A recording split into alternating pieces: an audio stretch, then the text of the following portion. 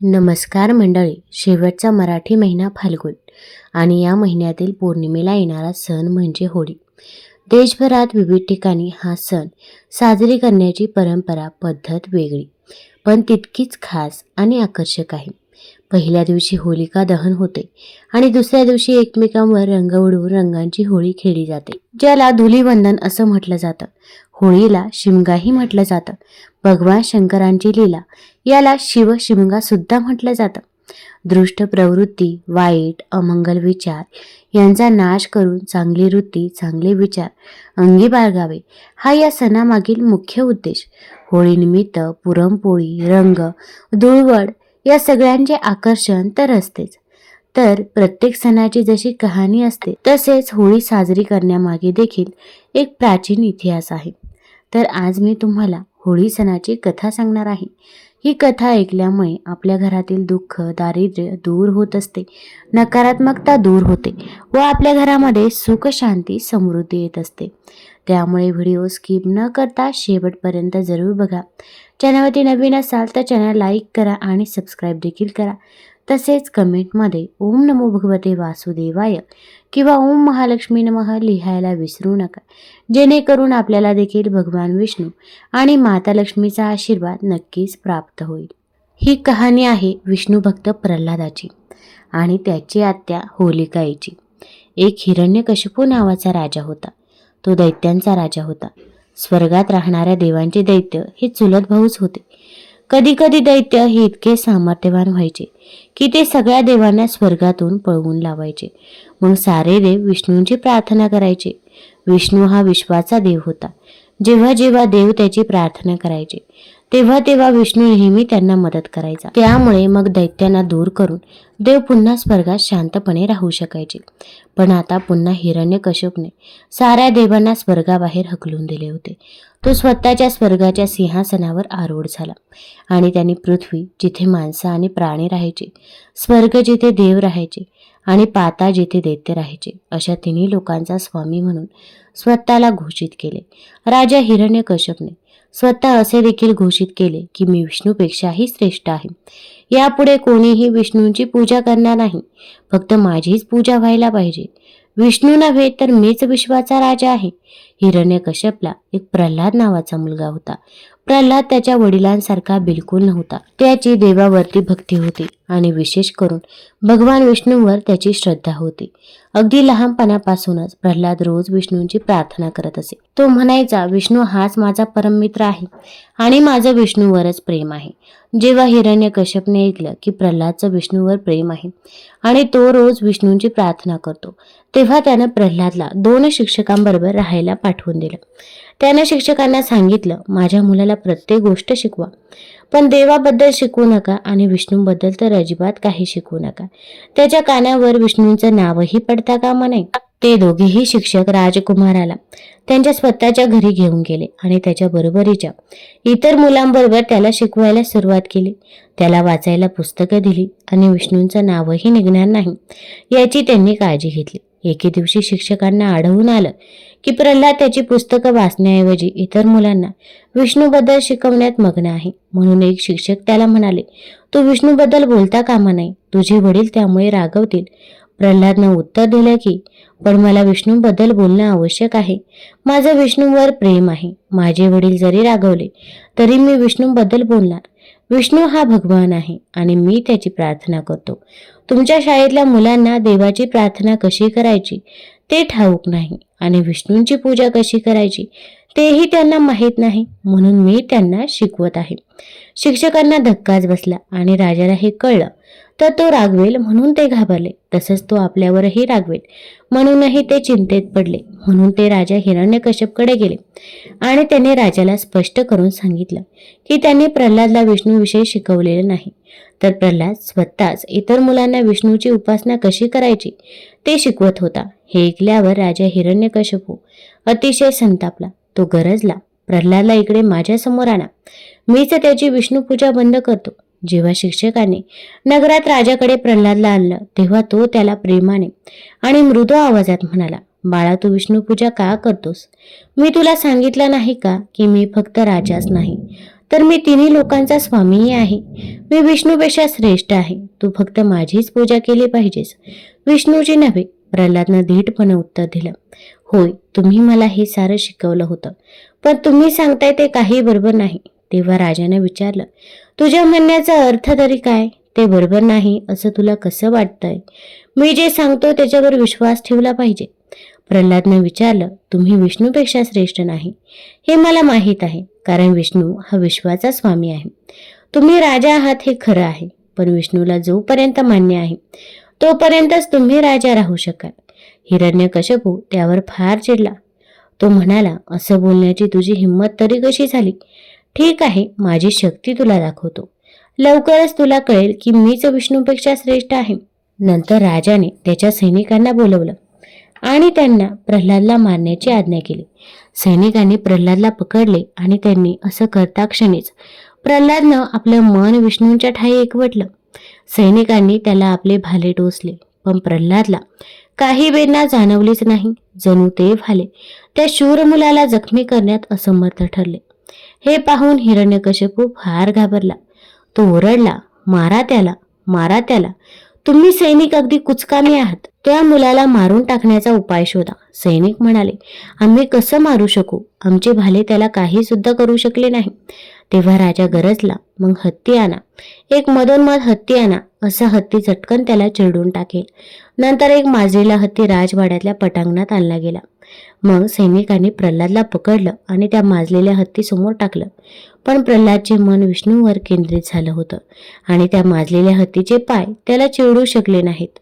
प्रल्हादचं शरीर जणू लोखंडाचं बनलं होतं. हिरण्यकश्यपू पुन्हा किंचाळला, या मुलाला मारण्यासाठी आणखी एखादा मार्ग बघा. समुद्राजवळ एक उंच कडा आहे, त्याला त्या कड्यावरून भिरकावून द्या. सैनिकांनी प्रल्हादला उचललं आणि कड्यावरून भिरकावलं. पण प्रल्हाद एखादे फूल जसे गवतावर अलगद पडावे तसा अलगद पृथ्वीवर तणगत आला. राजा संतापाने म्हणाला, मारा त्याला, मारून टाका. त्याला मारण्याचा आणखी एखादा उपाय योजा. सैनिक म्हणाले, त्याच्यावर विष प्रयोग करूया. विषापासून काही त्याचा बचाव होऊ शकणार नाही. त्यांनी प्रल्हादला विष खायला दिले, पण विषाचा सुद्धा काही परिणाम झाला नाही, कारण प्रल्हाद मनापासून सतत विष्णूंचा धावा करत होता. हिरण्यकश्यपू ओरडला, त्याला काही खायला देऊ नका, त्याला मरेपर्यंत उपाशी राहू दे. पण प्रल्हादला बरेच दिवस अन्न मिळाले नाही, तरी त्याचे मन विष्णूवर एकाग्र असल्याने तो दष्टपुष्ट आणि निरोगी राहिला. त्यावर मग राजा म्हणाला, त्या विहिरीत फेका त्याला आणि बाहेर येऊ देऊ नका. म्हणून मग सैनिकांनी प्रल्हादला एका खोल विहिरीत टाकले. दिवसेचे दिवस प्रल्हाद विहिरीत राहिला. आपले डोके पाण्याच्या वर ठेवून तो विष्णूंच्या चिंतनात मग्न होता. तो म्हणाला, मला ठाऊक आहे की विष्णू नेहमीच माझ्याजवळ आहे आणि माझी विष्णूवरच भक्ती आहे, आणि त्यामुळे प्रल्हाद काही विहिरीत मरण पावला नाही. मग राजा म्हणाला, आता मला जादूचाच वापर करायला पाहिजे. शक्य असेल तितक्या श्रेष्ठ जादूगारांना बोलवा. देशातले श्रेष्ठ जादूगार आले आणि राजाने त्यांना आपल्या जादूचा वापर करून लवकरात लवकर प्रल्हादला मारून टाकायला सांगितले. त्या सर्व जादूगारांनी खूप म्हणजे खूपच प्रयत्न केला, पण त्यांच्या जादूचा काहीच उपयोग झाला नाही. ते काही प्रल्हादला मारू शकले नाहीत. प्रल्हाद फक्त विष्णूंबद्दलच विचार करायचा आणि बोलायचा. अर्थातच त्यामुळे त्याचे मन शांत आणि आनंदी होते. प्रल्हाद पुन्हा म्हणाला, विष्णू नेहमी माझ्याबरोबर आहे. माझं विष्णूवर प्रेम आहे, म्हणून काही मला अपाय करू शकत नाही. नंतर हिरण्यकश्यपने राजाने सैनिकांना आज्ञा केली की त्याला पाताळातून आणलेल्या भयंकर सर्पांनी बांधून टाकावं. ते सर्प बळकट दोरांपेक्षाही बळकट होते आणि अशा सर्पांद्वारे सैनिकांनी प्रल्हादला बांधून टाकले. हिरण्यकश्यपू रागाने म्हणाला, आता त्याला समुद्राच्या तळाशी भिरकावून द्या आणि त्याला एका डोंगराने झाकून टाका. त्याला तिथेच मरू दे.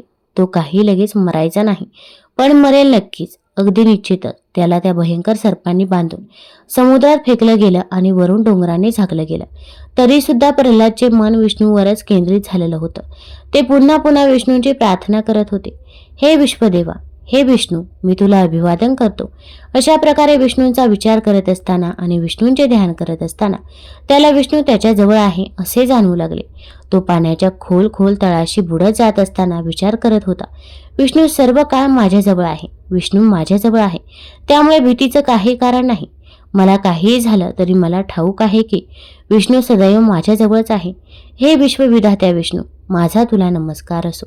अशा प्रकारे विष्णूंचा विचार करत असताना आणि चिंतन करत असताना त्याला विष्णू त्याच्या जवळच नाही तर त्याच्या हृदयातच आहे असे जाणवू लागले. त्याला जाणवू लागले तो आणि विष्णू एक रूपच आहे, किंवा खरं तर तो स्वतःच विष्णू आहे. तो विचार करू लागला, मी विष्णूपासून वेगळा नाही, मी विष्णूशी एक रूपच आहे. मीच विष्णू आहे, मी सर्वत्र आहे, सगळ्या वस्तूंमध्ये मी आहे आणि सर्व वस्तूंमध्येच मी आहे. ज्या क्षणी प्रल्हादनं असा विचार केला आणि समजून घेतलं की तोच जगातल्या साऱ्या वस्तूंमध्ये समावलेला आहे, त्या क्षणी ज्यांनी त्याला बांधून टाकलं होतं ते भयंकर दोरांसारखे सर्प अचानक तुकडे होऊन बाजूला पडले.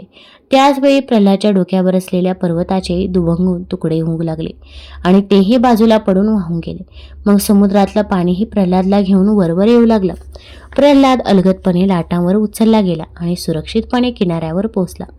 तिथे उभा असताना मी दैत्य आहे, मुलगा आहे, प्रल्हाद आहे असं सारं प्रल्हाद विसरून गेला. ती सर्व शक्तिमान आहे असं त्याला वाटलं.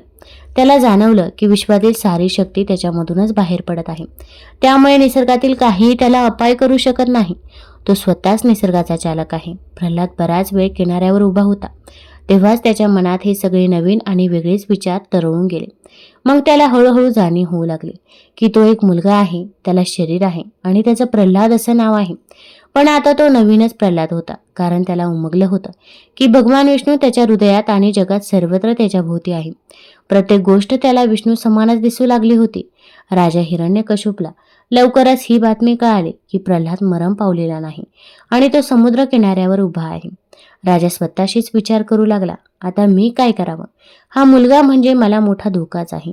त्याची विष्णूवर श्रद्धा आहे आणि विष्णू हा तर माझा शत्रू आहे. ज्या अर्थी मी या मुलाला मारून टाकू शकलो नाही, त्या अर्थी मला जपून राहिलं पाहिजे.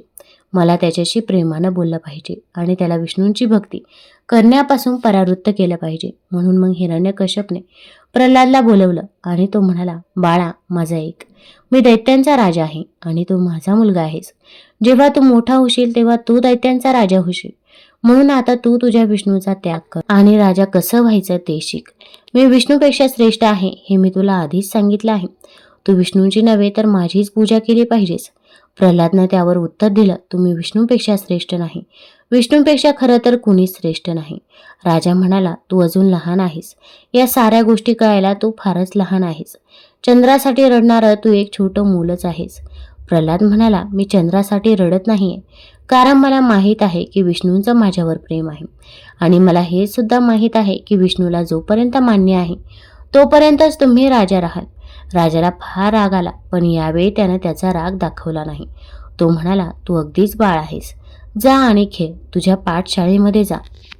असे म्हणून हिरण्यकश्यपने पूर्वीप्रमाणेच प्रल्हादला त्याच्या 2 शिक्षकांकडे परत पाठवले आणि त्याने शिक्षकांनाही सांगितलं, माझ्या मुलाला राजाची कर्तव्य शिकवा. पण प्रल्हादला राजाची कर्तव्य शिकायची नव्हती. तो त्याचा वेळ इतर मुलांना विष्णूंची भक्ती आणि श्रद्धा याबद्दल शिकवण्यात घालवत असे. त्यामुळे दोन्ही शिक्षक घाईने पुन्हा हिरण्यकश्यपकडे परत आले आणि प्रल्हाद काय काय करत आहे हे त्याला सांगितलं. यावेळी राजा पूर्वीपेक्षाही जास्त रागावला. तो संतापाने वेडापिसा झाला. तो गरजला, प्रल्हादला माझ्याकडे घेऊन या. म्हणून मग प्रल्हादला त्याच्या वडिलांकडे परत पाठवण्यात आलं. राजा अतिशय चिडला आहे हे त्यानं बघितलं. राजा म्हणाला, तुला विष्णूंची पूजा करायला मी शाळेत परत पाठवलं नव्हतं. आता माझं ऐक, तू विष्णूंची पूजा करणं थांबवलंच पाहिजे, समजलं का? तू विष्णूंची पूजा करणं थांबवतो असं मला वचन दे. जर तू मला तसं वचन दिलं नाहीस तर मी तुला आता इथेच ठार मारेन. तू काय करायचं ते ठरव. प्रल्हादनं शांतपणे उत्तर दिलं, विष्णू हा विश्वाचा ईश्वर आहे. तो सगळीकडे आहे, सगळ्या वस्तूंमध्ये आहे. त्याला आदी अंत काहीच नाही. विष्णूंपेक्षा श्रेष्ठ कोणीही नाही. म्हणून फक्त एका विष्णूंचीच पूजा करायला हवी. हिरण्यकश्यपू आता अधिकच संतापला होता. आता भक्त प्रल्हादला मारण्याचे सर्व प्रयत्न अयशस्वी झाले होते. मग एके दिवशी हिरण्यकश्यप आपल्या मुलाला कसे मारावे जेणेकरून त्याचा मृत्यू निश्चित होईल या चिंतेत बुडाला. मग त्याची बहीण होलिका त्याच्याकडे आले आणि म्हणाले, भाऊ, इतक्या महान आणि शक्तिशाली राजाला मी इतके काळजीत पडलेले पाहू शकत नाही. मी तुला सर्व चिंतांपासून मुक्त करण्याचा प्रस्ताव घेऊन आले आहे. तेव्हा हिरण्यकश्यप आश्चर्यचकित झाला आणि म्हणाला, होलिका बहिणी, कसला प्रस्ताव? मला सर्वात जास्त चिंता आहे ती माझा मुलगा विष्णू भक्त प्रल्हादजी. तो पापी माझा एक भाग असूनही विष्णूचे नाव घेतो. मला फक्त त्याला मृत्यूदंड द्यायचा आहे, पण तो मरत नाहीये. तो मेल्यावरच माझ्या सर्व चिंता दूर होतील. मग होलिका हसून म्हणाली, हो भाऊ, माझ्याकडे एक योजना आहे ज्याद्वारे तू प्रल्हादला मारू शकतोस. भाऊ, तुला आधीच माहीत आहे की मला भगवान ब्रह्मदेवाकडून एक वरदान मिळालं आहे. कोणतेही आग काहीही नुकसान पोचवू शकत नाही. मी तुझ्या मुलाला प्रल्हादला माझ्या मांडीवर घेऊन अग्नीत बसेन. तू बस एवढे कर, सैनिकांच्या मदतीने एका मोठ्या ठिकाणी एक चित्ता पेटव आणि मग मी प्रल्हादला माझ्या मांडीवर घेऊन त्या अग्नीत बसेन. मग मी त्याला घट्ट धरून ठेवीन, जेणेकरून तो त्या आगीतून सुटू शकणार नाही आणि तो त्याच चित्तेमध्ये जळून राख होईल. पण मला काहीही होणार नाही. त्यामुळे तुमच्या मार्गातील एक शत्रू देखील नष्ट होईल. मग आनंदाने हिरण्यकश्यप राक्षस म्हणाला, खूप छान बहिणी होलिका, तू खूप चांगली बहीण आहेस. तू ही योजना लवकर पूर्ण कर. मी आता सैनिकांना प्रल्हादसाठी एक मोठी चिता तयार करण्याचा आदेश देतो. मित्रांनो, यानंतर हिरण्यकश्यपने आपल्या सैनिकांना आदेश दिला आणि काही वेळातच रिकाम्या जागेत लाकडाचे आणि गवताचे मोठे लागणे गोळा झाले आणि त्याच्या मध्यभागी होलिका प्रल्हादला मांडीवर घेऊन बसले. त्यानंतर हिरण्यकश्यपच्या आज्ञेनुसार चित्तेला आग लावण्यात आली. आग पेटताच प्रल्हाद नेहमीप्रमाणे नारायण नारायणाचे नाव जपू लागला. आता अग्नीची उष्णता त्यांच्यापर्यंत पोहोचू लागली. होलिकेला त्याची उष्णता जाणवू लागली. ती आश्चर्यचकित झाली, कारण याआधी अग्नीने तिला कधीही असा अनुभव दिला नव्हता. आता अग्नी होलिकापर्यंत पोहोचला आणि होलिकाचे शरीर त्या अग्नीत जळू लागले होते. तर प्रल्हाद तिच्या मांडीवर बसून शांतपणे विष्णूंचे नाव घेत होता. हे पाहून होलिकाला खूप राग आला आणि ती मोठ्याने मला ब्रह्मदेवाने दिलेले वरदान खोटे असल्याचे ओरडू लागली आणि म्हणू लागली की मला फसवले गेले, माझी फसवणूक झाली आहे. ब्रह्मदेवाचे वरदान खोटे आहे. मला वाचवा, कोणीतरी मला वाचवा. मग होलिकाचे शब्द ऐकून भगवान ब्रह्मा प्रकट झाले आणि म्हणाले, हे होलिका, कदाचित तुम्ही विसरत आहात की हे वरदान देताना मी तुम्हाला सांगितले होते की हे तेव्हाच प्रभावी होईल जेव्हा तुम्ही ते स्वतःचे रक्षण करणे किंवा इतरांच्या कल्याणासाठी वापराल. परंतु तुमच्या हाताने या वरदानाचा गैरवापर केला आहे. या वरदानाने तू एका निष्पाप मुलाला मारण्याचे धाडस केले आहेस, म्हणून तुम्हाला तुमच्या कर्माचे फळ मिळाले आहे. असे म्हणत ब्रह्मदेव अदृश्य झाले. ती आग खूप मोठी झाली होती आणि आता इच्छा असूनही होलिका त्यातून बाहेर येऊ शकली नाही. तिथे नारायण स्वतः प्रल्हादचं रक्षण करत होते, म्हणून प्रल्हादला काहीही झालं नाही. बाहेर उभे असलेले सर्व सैनिक आणि हिरण्यकश्यप होलिकेचा आवाज ऐकत होते, पण होलिकेला कोणीही वाचवू शकलं नाही. काही वेळातच होलिकाचे शरीर त्या आगीत जळून राख झाले, तर भक्त प्रल्हाद सुखरूप बाहेर आला. तेव्हापासून तो दिवस होलिका दहन म्हणून साजरा केला जातो. आणि मित्रांनो, दुसऱ्या दिवशी रंगांची पंचमी असते. या घटनेच्या स्मरणार्थ दरवर्षी फाल्गुन पौर्णिमेला होलिका दहन केले जाते. हे वाईटावर चांगल्याच्या विजयाचे प्रतीक आहे. दुसऱ्या दिवशी रंगांची होळी साजरी केली जाते, जी प्रेम, सौहार्द आणि बंधुत्वाचा संदेश देते. हा सण आपल्याला शिकवतो की सत्य आणि भक्तीचा नेहमी विजय होतो. अशा प्रकारे होळी आणि रंगपंचमी सणाचे महत्त्व अनन्यसाधारण आहे. आता हिरण्यकश्यपची कथा इथे संपत नाही. तर राजा ओरडला, दृष्टा, विष्णू सगळीकडे, सगळ्या वस्तूंमध्ये आहे असं तू कसं म्हणू शकतोस? किती मूर्खपणा! तो तिथला खांब बघ. तुला असं म्हणायचंय का की विष्णू आता त्या खांबात लपलेला आहे? हा बाळा, तू किती वेड्यासारखा बोलतोयस. प्रल्हाद शांतपणे म्हणाला, होय, खरंच विष्णू खरोखरच त्या खांबाच्या आत आहे.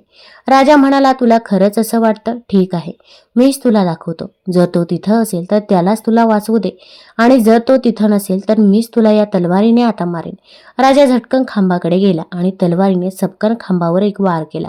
त्याच क्षणी एक गडगडाट ऐकू आला. तो खांब तडकला आणि त्याच्या आतून विष्णू प्रकट झाले. विष्णू त्याच्या सर्वात जास्त भीतीदायक रूपात होते, तर ते म्हणजे अर्धा सिंह आणि अर्धा माणूस, ज्याला आपण नरसिंह असं म्हणतो. राजाच्या पाठीमागे उभे असलेले दैत्य भीतीने धूम पळून गेले, पण राजाने मात्र नरसिंहावर हल्ला केला. दोघांचेही बराच वेळ अटीतटीचे युद्ध झाले.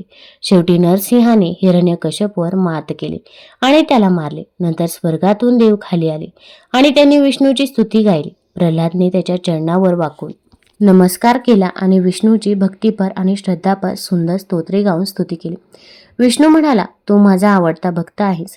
तुला काय हवं ते तू माग. पण प्रल्हादचे हृदय भगवत प्रेमानेच भरलेले होते आणि विष्णूला इतक्या जवळ पाहून तो आनंदित झाला होता. तो काहीच बोलू शकला नाही.